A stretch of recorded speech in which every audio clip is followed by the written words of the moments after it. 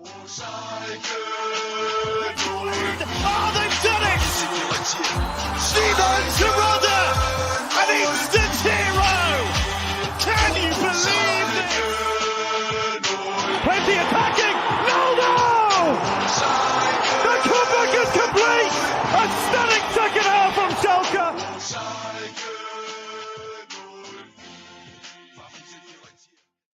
A stunning second half from Schalke. Blau und Weiß ein Leben lang. Herzlich willkommen zurück auf Schalke America. I'm your host, Richard Carmen. Joining me on this Victory Monday podcast for the second week in a row, Jack Mangan. How are we doing, Jack? That was quite the dramatic intro, but yes, second consecutive Victory Monday here at the business end of the Rückrunde. An interesting time to experience that, and just in time to potentially get our hopes up a little bit, only to be shattered in the final 3 match days. But yeah, hugely important result. We are out of the relegation zone for the first time in a while. Yeah. Obviously, the remaining schedule doesn't bode well for us, remaining out of the relegation zone, but needed a result today, and we found a way to get it, although it wasn't always the most straightforward. No, it certainly was not. Before we get into the game, what is up with the crack that the Dortmund mayor is smoking? Did you just hear this? What he said if we beat Bayern and they win the title? I did not see this. He said if we beat Bayern and they win the title, beat them being Dortmund, that he would invite Schalke to the celebration party. It's like, get the hell out of here. Yeah, I don't like that comment, but that actually is my nightmare, is that we get a result against Bayern, hand Dortmund the title, and then we get relegated anyway by Leipzig on the final match day. That's probably the nightmare scenario. But yeah. I don't know. I think another win we're in. But where are we gonna get that from? I don't know. Yeah, we'll see. Yeah, big game, big result again this weekend. Marius Bulter, Angry Tree, came to play yet again. Had a little bit of off week, I guess, the week before, but did not matter this week. He came to play, and interesting game. We're getting to lineups here. Well, let's start with the home team, and arguably the man of the match outside of Bulter. I'm talking about Zentner, the goalkeeper for Mainz. He was fantastic in this game. Had something close to like 10 saves in the game. I mean, he was the reason it wasn't a blowout for Schalke. And I was worried that he was going to block the penalty too at the end. That's how good he was. Back three of Hanka Olsen, Bell, and Fernandez. Midfield four of Da Costa, Barrero, who scored a goal, Core, and Caracol. And then Onisiwo and Lee with Ajorque up top. Interesting lineup. Obviously, Onisiwo is the guy you got to pay attention to. He's the all-time Mainz Bundesliga leading scorer, taking 41. That's like 31 goals. But still, this is a team that has guys like Core, obviously set piece specialists, and as well as Barrero, who's been coming on late. Thoughts on the Mainz lineup? Anyone in particular, drew your eye, or someone raised an eyebrow for you? Yeah, I mean, so names we're familiar with. Danny Da Costa, obviously, from his time in the Bundesliga with other teams. Onisiwo was always, a threat and dangerous. I thought Robin Zentner is. I mean, you could say, hey, it's lucky the way the penalty ultimately transpired. They gave us the result, and we'll get to that. But I think if it hadn't been for Robin Zentner, we probably would have had that result locked up slightly earlier. Yeah. So, I mean, for me, I think we were well worth the victory ultimately. But yeah, Zentner was fantastic. He was, not only making saves with his feet and his hands, but also super commanding in the air, really making it difficult for us to do much, with crossing and that kind of stuff. So yeah, he was fantastic. And I think in Zentner, you're maybe looking at, potentially down the line at some point, like a future German national team goalkeeper on the senior level. Yeah, and he was also very aggressive, coming out and attacking the attackers to kind of throw them off their game, and really, forcing early shots earlier than a player would actually like to. I'm thinking about one play in particular where Marius Bulter had a glorious opportunity late in the game, and he rushed him. But yeah, it's a solid, very solid goalkeeping performance by Zentner, and a strong Mainz team, a team that's been getting results, even though they kind of did get blown out by Wolfsburg week prior, and I'm kind of glad for that because it kind of helped us in that regard. Looking at us, Schwoloff again, once again in goal. Back four, Matriciani, Kaminski, Vandenberg, and Brunner. Holding midfielders of Kral and Kraus with Karaman, Salazar, and Bulter, all behind Simon Terodde. Thoughts on the lineup? The interesting thing is, I think I've spoken recently about how, Karaman isn't necessarily my favorite player or the most convincing. And he's kind of gotten a run here, it seems like, on the right wing recently. But I think that may have been, once again, one of his better performances in a Schalke kit so far. I thought his first half in particular was very strong. So often I feel like with Karaman, it's kind of like where possession goes to die a little bit. It's, a ball we played over him down, or whatever. And he was actually pretty clean for the most part. I thought he was helping, decent hold up play, was finding solutions, was finding teammates and getting out of trouble and contributing to build up. And then of course, ultimately involved in goals in this game as well. So props to him. I've been critical of him recently. I thought he played very well. Simon Terrada up top. We kind of say this every week. It's like, if Poulter or somebody else had really kind of put a stamp on the position, then maybe you could be upset about Terrada starting. But at this point in the season, it's just kind of like Terrada's going to start most of the games. He's going to be taken out at some point. We'll get fresh legs on, and you're just hoping that like some combination of the substitutes and Terrada find a way to impact it. And he's just kind of there. We don't have the solution at the number 9 position this season, and it's kind of like not really much of a talking point anymore. But then beyond that, I thought it was good. It was nice to see Cedric Brunner back and available for us. Right back, that's huge. Kaminsky and Sepp Vandenberg. Matriciani moves over to the left-hand side. You have, kind of the ideal starting central midfield too in that 4-2-3-1 of Kraus and Krall, and then Salazar from the start as well. All things considered, I think a pretty strong lineup. If you don't take into account like the injuries that we have and everything. Yeah, 100%. I think Schwoloff did well in this game too, and Vandenberg and Kaminsky in particular were very strong in this game. I thought both doing well to cover each other, but also making key plays when they needed to. Matriciani just being the engine kind of guy that you expect. He just doesn't stop running. He may not be the most talented guy, but he never gives up on a play. And like I said, good to see Brunner's back in there. Krall and Kraus had a pretty decent game, I thought overall, being mixing in there and kind of throwing things off for the Mainz midfield. Bulter, of course, was doing his thing. Yeah, he was. Krall, by the way, I think within like 3 minutes had a tackle and he popped up and was like, just like screaming already. And I'm like, it makes such a difference to have, a player that can be like an emotional leader in that regard. Obviously, somebody like Kraus that is a fan of the club as well. But those are the kind of plays that like, Zayo used to do for us. Yeah, tracks and those kind of momentum plays, and that was just kind of like an early like tone setting thing, which I appreciate. I thought we started very well. And then Bolter has been. I mean, where would we be without Bolter this season? Obviously, Terrada has not had the season that he had last year, where Bolter was sort of like the secondary player who was very important last year, but didn't have to take on the brunt of the goal scoring responsibility. Marius Bolter is over 10 goals now. Is he 11? 11. I think. With the penalty, so he's scored. Essentially close to about a third of our total goals scored. Not only played well today, but also showed some resiliency because, of course, he has the first goal, but then he missed a couple chances that arguably he should have put away. Obviously, credit to Zentner, as you said, the one that you pointed out later in the game, where he kind of came out and closed the angle down and stayed big really late, which was a great play by the goalkeeper. But multiple plays where Marius Bolter probably could have affected the game and the scoreline, and then still steps up to take the penalty.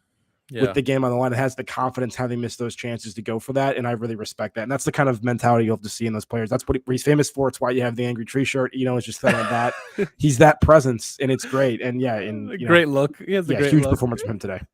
Friday. Friday, yeah. It feels like it was today, right? It's funny because why is my mouse not working? There we go.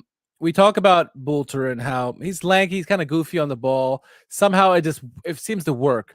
The one time he actually looked pretty decent on the ball with the moves was the first goal in the 26th minute where he's going 1-on-1 against the defender and he turns into like freaking Ronaldo. Yeah, baby Ronaldo, baby CR7. Step over, completely faking him out, breaks his ankle and shoots it far corner and gets a goal there. Fantastic goal by Bolter to lead it off. I don't know where he got the step overs from. I mean, he does these moves and they always seem to work, but it's never that silky smooth that he produced in that first goal. Yeah, it was nice. He just gets position on the wing there and several step overs in a row and finally gets the space he needs to take advantage of it. I think Zentner got caught a little bit flat-footed on that one. He kind of like goes down and tries to kick save it, but he isn't able to shift over to kind of block it. And he puts it on the far post, and that was great. But I think part of what helped with that is we were very successful in this game at getting multiple runners in transition. So I felt like there were legitimately options for Bolter and others to pass to from trailing runs centrally, particularly with like Zalazar and Karaman and others. Yeah. And so I think that actually opened up some space on that for him and allowed them to have a little bit more room to work with on the dribble on the end, as opposed to kind of being crowded out and just firing stuff in. So yeah, nice place from Bolter. Nice way to get things started. That was like within like 20 minutes or so too on the road, which is huge. Huge. And we talked about how Tarota really didn't necessarily do anything with the ball. I think off the ball, he really carried the central defenders with him, kind of gave room for Bolter to do his thing one-on-one. And like you said, the runners that are constantly there, whether it's Kroll or Kraus, Karaman, at times Brunner and Matriciani. It's good to have these kind of options when you're going down there because it'll take up the space away from other defenders to focus on them, where he can go one-on-one against somebody. And one-on-one, you tend to think Marius Bolter, for the most part, for most defenders in the league, he can take them one-on-one. And they proved in that goal. Wonderful move of step overs by him to get the goal in 26th minute. That would be all the goals in the first half, but it wasn't like the only opportunities. Just prior to that goal, too, that happened, huge save by Schwoloff. You got to give him credit. I forget who got the shot off, but made a fantastic save. Got down quickly. I think it was Onisiwo. Yeah, it was Onisiwo. You're right. Yeah. Great save by him. And I was listening to the German cast at first, and I watched the replay later. And yeah, the announcer was going nuts. And then you watch the replay, and you can see good reason why he was going nuts. Great save by him, and that kind of moments later, as it does in football, when something happens at one end, goes the other end, and the goal happens, and that's what we saw with Bolter there. So Schwoloff did that, had a few saves in this game, important saves, and I think none bigger than that one prior to that first goal. Kind of set the tempo for the team that they said, hey, the goalie's playing, let's go. And it was great to see from Schwoloff a bounce back performance that we haven't seen in all season long, really, for him. Yeah, we didn't have that many shots actually overall in the first half, but the phrase once again, like kind of danger adjacent. I thought we had a lot more, breaks and moments that looked like they were about to be dangerous in the final third than Mainz did. It was really the one shot you were just talking about that Schwoloff made a nice save on. That was really kind of the most dangerous thing Mainz produced. They had a little bit of the edge in possession, I think, in the first half, but I do think that Schalke probably had, the better of the action overall in the first 45. I would agree. And so good to be up 1-0 at halftime. Make some adjustments. I think the team was playing well. Like you said, we probably could get a few more shots on there. And you're never going to win this game 1-0. It felt like a game where multiple goals are going to happen. You need to at least to get the win. I didn't expect what we saw, but you expect hoping at least another second goal happened. And sure enough, Mainz came out well in the second half, and eventually in the 53rd minute, a goal where. Kind of crazy play where Barrera ended up getting a goal off the goal line, 1-1 just like that, and you're thinking, oh, all that good work goes for naught, because here they come, Mainz, and they just leveled the game up just after halftime, kind of killing any momentum. I thought we started decently too, but yeah, it was a little bit more of an open game off the bat. I think it came. It wasn't really that poor in terms of like the defending. It's an aerial. Ball that gets whipped in, and he just kind of directs it towards the far post, and then that's where the breakdown was. There was the free runner back post that was able to tap it in, but it's one of those plays where, like, if the timing's off by a split second, that goal doesn't happen, and so not the most egregious way to concede ultimately, I think, in relative to what could have been. But yeah, not the way we wanted to start the second half. No, but I thought both teams in this game repeatedly responded well to like the moments of adversity. Like this was not a moment where Mainz then, really ran us off the pitch for the next 10 minutes or something like that. Like, I mean, both teams kind of stayed locked in, and there were chances on both ends. Yeah, and to that end, Schalke really responded really well. You had mentioned about Karaman doing some, not doing the greatest things with the ball, but I think in particular this play was a turnover by Mainz. Nice 1-2 between him and Brunner, and eventually Salazar gets the ball back to, Karaman does his part with the passing and then continues the run, which I think is so huge for the play, because he ends up getting found the ball back into the goal box, and he has options out there, but the main option is Kraus. So you can see he's wide open on the back pass.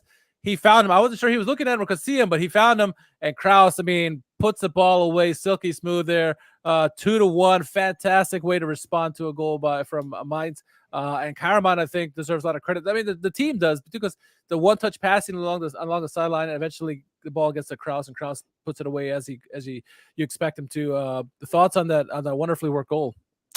Yeah, it's funny. Friend of the pod, Kevin Hatcher on the call. Great call from him, by the way. And I think maybe it could have been the color commentator. I forget, but one of them was like, Karaman just knew there had to be somebody there for the back pass. I'm like, I don't blame him for phrasing it that way, because when you're watching the replay, it doesn't look like he picked his head up. Yeah, maybe he saw the people like really early on before that play, really, and he just kind of knew they were going to be continuing that run. But maybe heard him. As I was watching it live, we were like, yeah.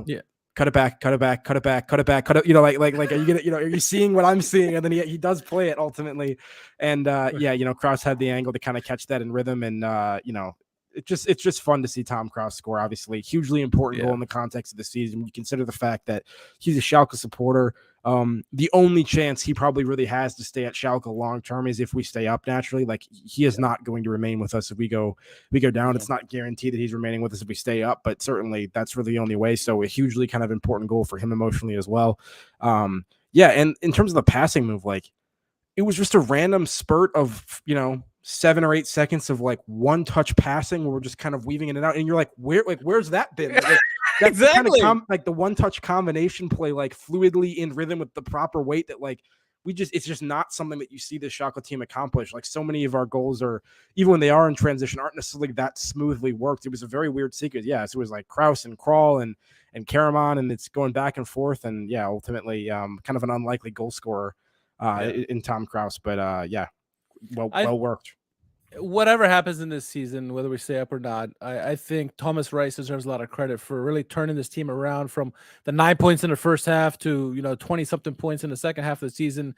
A real turnaround, not only in points aspect, but the way the team is playing. The team makes you feel proud that they're going to go down fighting no matter what, whether they stay up or go down. And so a lot of credit goes to Rice to really get to perform and play the way we expect. I think there's an argument to be made that Franky Kramer had, the worst of overall sort of the injury luck that we experienced this season. But it is an interesting point that you bring up. And like, it was something I was thinking about after this game was Schalke had wanted to go for Rice initially and we couldn't get him. And so we kind of settled for Kramer. If we had Rice from the beginning of the season, I think we're already safe. Yeah. Just based on the way we played in the second half of the season. Doesn't mean we would have been great this year, but like, man, if we had Rice from the beginning, you have to feel like we would have picked up more than the 9 points or whatever it was that we picked up in the first half. So I don't know. Yeah, I do think he deserves a lot of credit, regardless of what happens. I'm pleased with the decision to bring him in and what he's provided. I was wrong about him. He shored us up a lot more than I thought he was capable of. And down the stretch here, it's nice that Schalke was scoring some goals, because I don't know where these we're supposed to be coming from for most of the season, and now here kind of at the business end of things, we're finding a way to get the ball in the back of the net. Shout out to Eric and William in the chat. See you guys. Thank you for being here with us. Interesting comment by William. Let's be optimistic here and say we do survive this year. I think a fair shout for Rice for being a nominee of Coach of the Year for taking a team that has 9 points first half of the season and then they survive. They were a long way from there, still 3 games to go. But if that were to happen, I wouldn't be against him getting the shout out. He's not going to get it, but he should be nominated for sure. He should be recognized for the hard work his team has done. Yeah, that's fair. I think some other shouts, when you look at like the positions of like Union Berlin or like Freiburg, Christian Streich up in Xabi Alonso with Leverkusen. Yeah, we'll see. Yeah, Leverkusen certainly turned around. Yeah, since the appointment of we remember when Xavi first got appointed. Yeah, we do. In the first half of this season, that was not a fun result for us in his first game in charge. But yeah, Rice deserves some credit, and I hope he stays with us if we go down. And all indications that he has a contract that he would be with us if he goes down. So, comment here from William says, "Loved how pumped Kraus was right after the beginning. Even when he went throw-ins and stuff, he was pumped up." Yeah, I think that stayed throughout the entire game. You need guys like Kraus and Krall to be pumping up the crowd like that. We were on the road, but it didn't feel like it, right? It seemed like the whole one stand was all blue, which is awesome to see the Nord Kurve travel like that. They were just phenomenal in the second half, really spurred the boys on to kind of keep going and go for the win there. So it was fantastic there. He says, if we stay, then Rice is definitely an option for me. Yeah, no, for sure. I think we stay up or not, I think Rice can get us back. I think if funding allows, but I think what he's done so far has been fantastic. And that cross goal, obviously great response by Schalke. And I thought when he scored there, I said, okay, everything's going our way. We're going to win this game.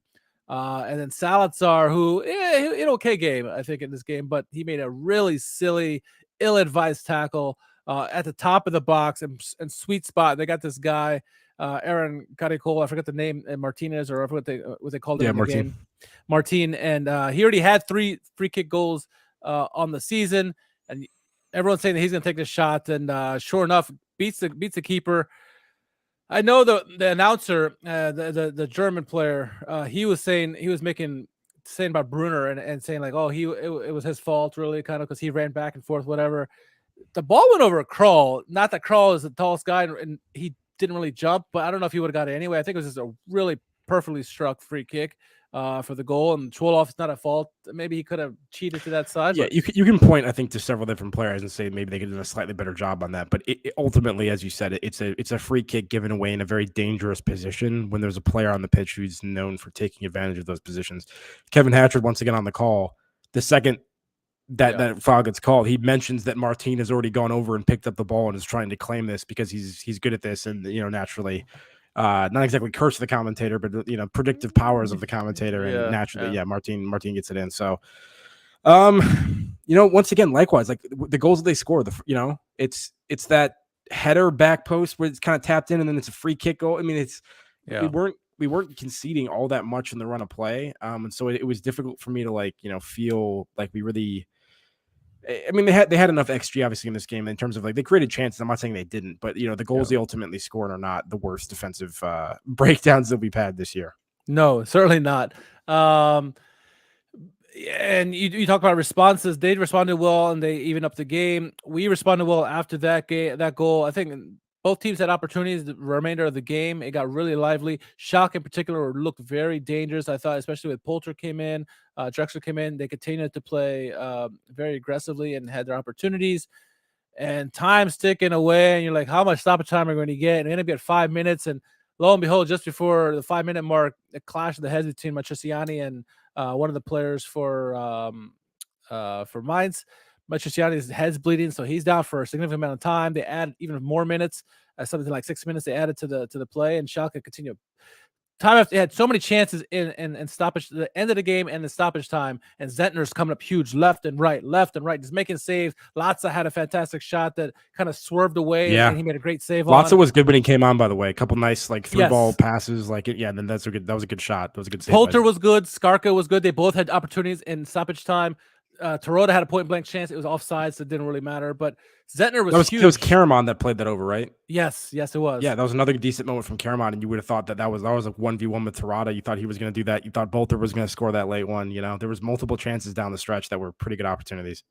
Well, you talked about on the goal that Kraus scored, the tic-tac-toe, the wonderful passing that Schalke had. They did it again on the save on Skarka, where Bolter comes down, passes it back to Poulter, who immediately one-touches it to Skarka. I mean, great play, great save by Zentner. Had another great save on Poulter just minutes after that. It didn't look like it was going to happen for us, did it? And then we kept at it in stoppage time. Finally, I think it was off a corner kick or something where the ball goes back. Marius Poulter runs, and you see him go down. And I'm like, whatever, nothing there. And then they keep going back to the video. And like, oh, he's got the jersey. Are they going to call it? It's a 50-50 call, really. And the announcers mentioned how in the DFB Pokal, similar situation with Stuttgart, where they didn't get the call. And so when I heard that, I was like, okay, they're not going to call it here. I mean, it was clearly a blatant hold of the jersey, but you can make the argument that it wasn't playable, blah, blah, blah. We get the penalty, though. Yeah, I mean, the argument, I think, from the Mainz perspective is he's not going to win that ball because it's Zentner going up, jumping and grabbing it. Bolter's not going to get that. But the thing is, he's deprived of the opportunity to even go and challenge for it. Yeah. And I do think that he would have been able to at least get to the spot to challenge for it. Do I think it's likely he would have won that? No, I don't think it's likely that he would have won that ball at all. But I think this kind of falls into the camp of something you and I have said repeatedly on this podcast over the years when Schalke gets these calls against them, which is like, look, is it an absolute nailed on pen 100%? Maybe not, but you can't give VAR or the ref the excuse or the opportunity to have to look at that and make that decision. Exactly. And there's so many of those where it's like, oh man, it's such a we feel so aggrieved for this penalty because it wasn't even like a denial of a clear goal scoring opportunity. Like, oh, it was a tactical penalty, like a foul that somebody made to like stop a clear scoring chance. It was some bogus play that didn't really matter. And that's how they get a penalty. But same thing. It's like, it's a silly play. Like there's no need to tug his shirt in that position. Your keeper's coming for it. And when you do that, you run the risk that they're going to see that and they're going to call it. And ultimately, I think it probably is the right decision. I mean, I don't think I would have been furious if we didn't get that, but and I don't think that Bolter would have won that challenge, but he's not even given the opportunity to go in and go out for that. So, correct. Big decision. And ultimately, like I said, I think we were good for the win, independent of this penalty anyway. So deserved win for sure. It comes 12 minutes into, stoppage time. Or whatever. It's kind of ridiculous that we get the penalty and it happens that late, but I think we deserve the 3 points today anyway, so I'll take it. I agree 100%. Fantastic win for the boys. As the game goes along, I didn't think we had 3 points, and like I said, Zentner was having that fantastic of a game that even though we got the penalty, and I know Bolter stepping up, I'm thinking Zentner's going to pull something out of his ass because he's having one of those kind of games where when a goalie's hot, they're hot, and they can read penalties all of a sudden well, and Bolter just did fantastic. He outweighted Zentner and put it away, and cool as ice. Man, Bolter was huge, and then his angry face expression when he scored.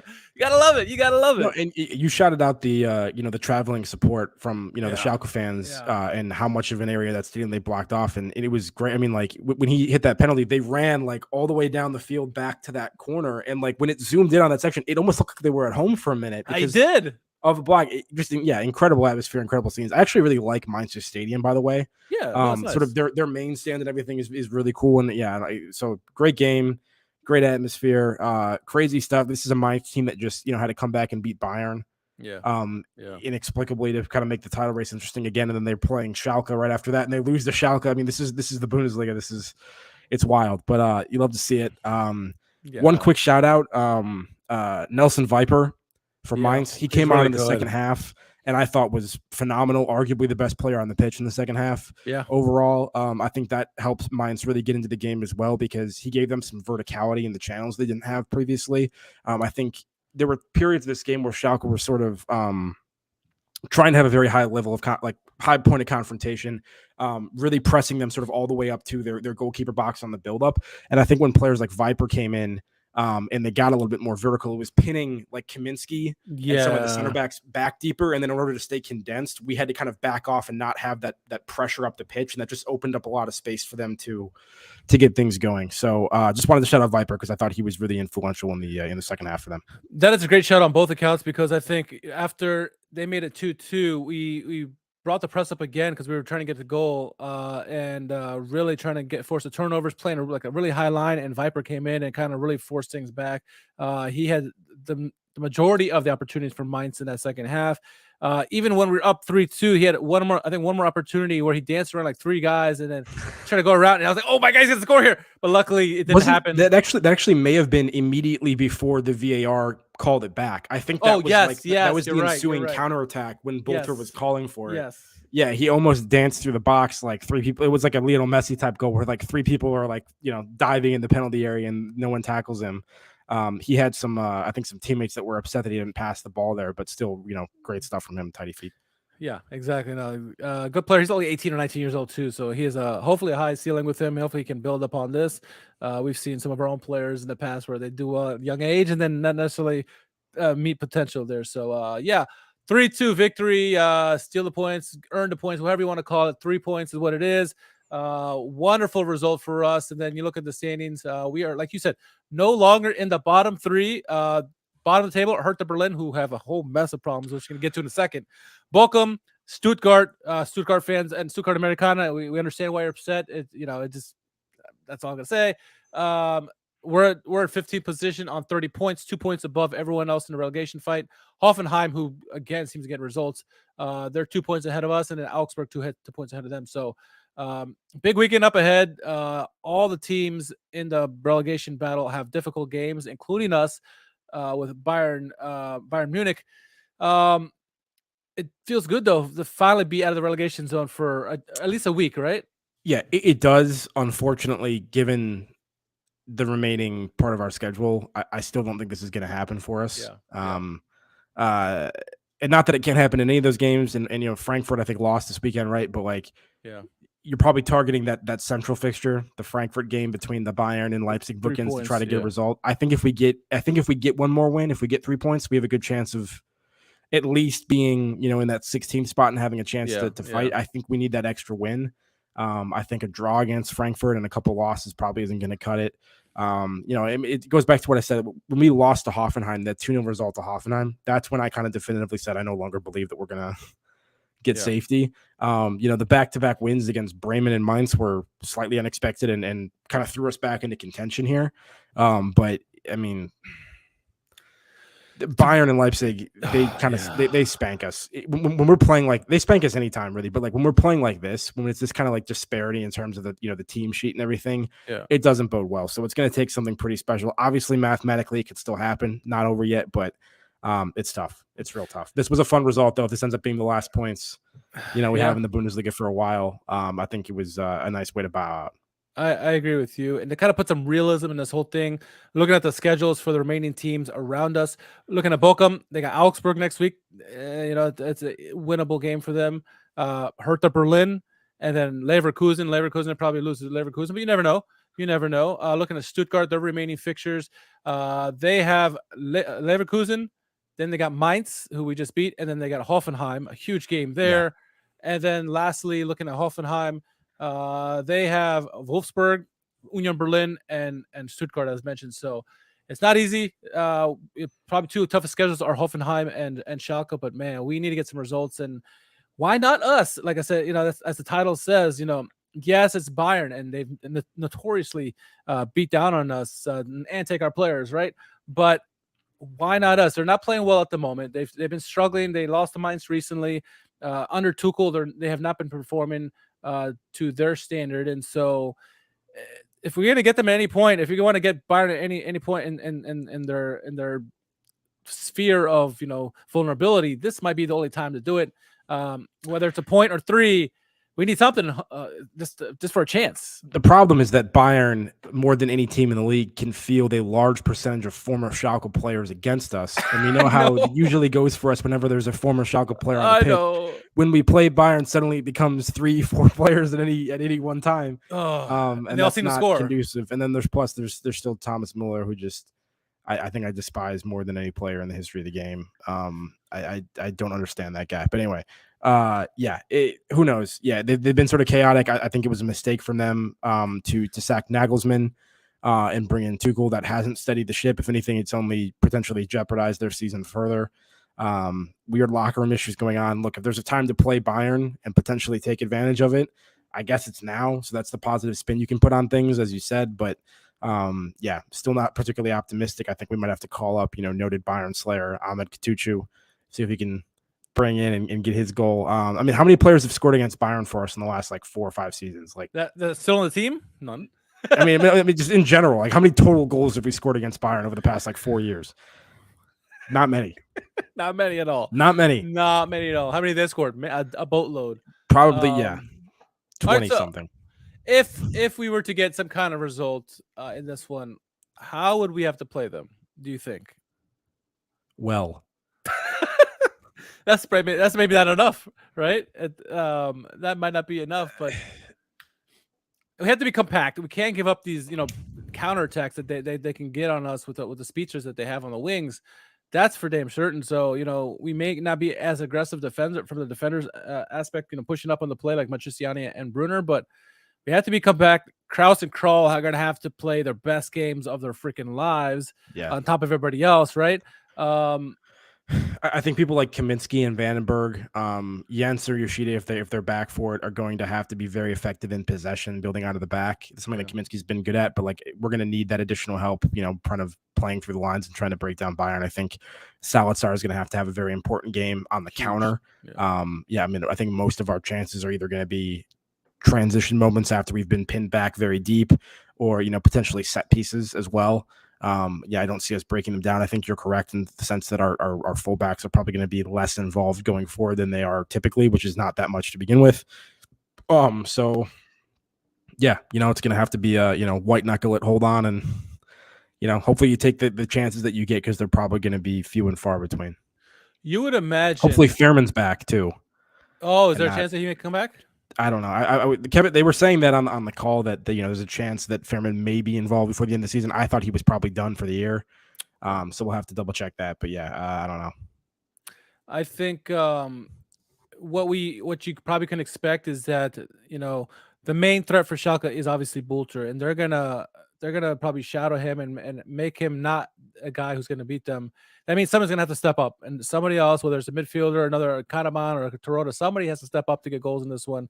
Now, granted, Bayern defender might be like, hey, you know what? I got him. Don't worry about it. I got it. And if that's the case, great. Let him get a chance. But Bayern and these teams at the top tend to know where your strengths are and kind of phase that out and force you to beat them other ways. And so Schalke's gonna have to come up with a good some way somehow to get a kind of result here. And I think it would be poetic if it was Torada that found a way to make a difference. Bayern sort of symbolizing like, the peak of what the Bundesliga is and that level that he's really never been able to get it going on. I think if he were to score against, the representation of Bundesliga excellence, that would be a nice poetic, way for us to get a result. But yeah, I'm not really holding my breath for much on this one.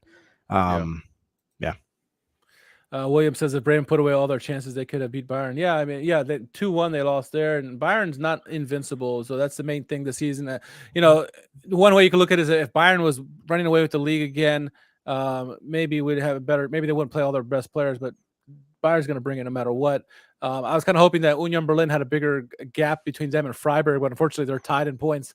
So, hopefully in the next week or two, their season gets settled up and they can put some backup players at the last game. But we'll see, to be determined. But yeah, the main objective right now is Bayern this Saturday, 9:30 a.m. My time, 8:30 a.m. Jack time in Chicagoland. We'll see. Yeah, it's going to be an enticing affair. I still have some more angry orchards or angry trees in the fridge. Got the angry tree here today because obviously Bulter was man of the match for Schalke, no doubt about it. I'm ready to get hurt again. My body is ready. From celebration, right? Anything else on Schalke from you? No, I think we can leave it there for the time being. All right. Pod Animation says it's going to be a wild game, hoping for a 2-2 draw, but somehow anything is possible, even a win in Munich. This is true. Last thing I want to leave with is the curious tale of Hertha Berlin. We mentioned that they're hurting. They look like all but certain for down for relegation. Now the question is, they might not get a license by next season, whether it's in Bundesliga or Zweite Liga. There's been some issues going on with their investor. DFL reportedly investigating Hertha deal with investor 777 with concerns they may breach the 50+1. Concerns from the Hertha meeting, license criteria with unnamed source reportedly telling SC Süddeutsche Zeitung it's the worst such case they've ever seen. Now, you take that with a grain of salt. That's coming from Derek Ray and many people, but take it with a grain of salt because until it happens, it's just a rumor, and you would imagine things get resolved here some way, somehow, especially a big club like Hertha Berlin with all the money invested into them. But imagine, what are your thoughts on this? Because, again, if it's were to come true and what they're reporting that did actually happen, they would have to probably restart this whole team and drop all the way down to the Regional Liga and kind of start over. And I don't know. Yeah, I guess part of me just feels like very recent history, there's just not consequences for clubs. Yeah. And that, they find a way to make it work. I'm trying to think of like the most recent case of a club actually being Rangers, maybe. Oh, and I'm not even saying it was like 50+ point. I'm trying to think of like a case of a club actually being sent down and really having like serious consequences in that regard. Yeah, who knows? Yeah, it is the quote where they were saying like this is the worst case that we've seen when it comes to this kind of thing that kind of raises an eyebrow and makes you think that like behind the scenes this actually may be more concerning than we had realized. But yeah, who knows? And the point is they're probably going down regardless. The result this weekend important for them, I guess, but they still have a larger gap to safety than anybody else at this point. And yeah, I don't know. We'll have to watch how that develops, though. Definitely an interesting story because it's a big Berlin club. It is. It's a smaller of the two Berlin clubs at the moment, but yeah, no doubt about that. So Juventus could be the ones doing that. I know Parma had the same situation when they got dropped down to fourth league to kind of restart because of some Mr. Was it Palermo? Palermo as well. Palermo's one. Another, yes, that's a good one. Seems to happen in Italy all the time. So Apparently, it might happen again this season. But the Italy and their finances sketch. it's in the juice. It's in the juice. No, I don't know. Yeah, okay, that's a good way to wrap this up. I think we're gonna have to pull miracle here down the stretch here. Let's start with Bayern. Why not us? Like I said, anything is possible. Though we are both realists in this situation, so we'll let's leave it at that. So, Jack, any shout outs you want to give? No, just shout out to the team for still trying to grind through it. Like I said, after the Hoffenheim game, I kind of gave up hope, but regardless of what happens the final 3 weeks of the season, this Mainz result, if nothing else, was fun. Great effort on the road from the boys. Is why we love football. So, I'm ready for the final 3 weeks of the season. I am too. One game at a time, and I'll have more of that, please. But let's see. Let's get through Bayern first and see what happens this Saturday. I mean, I'm ready and I'm excited. So, no shout outs to the chat. Wonderful again tonight. Glad to have you guys along with us. Questions and comments. Keep bringing it every week. Shout out to the Discord channel as well. So yeah, follow us at Schalke America anywhere on the Twitter sphere, social media, if you will, as well as on YouTube. Follow us, subscribe. Like the video would help out immensely. Maybe we get a little collab here going here in the near future with we'll talk about it next podcast. But until then, for Jack, for myself, we're gonna get on out of here and let's go. Glück auf.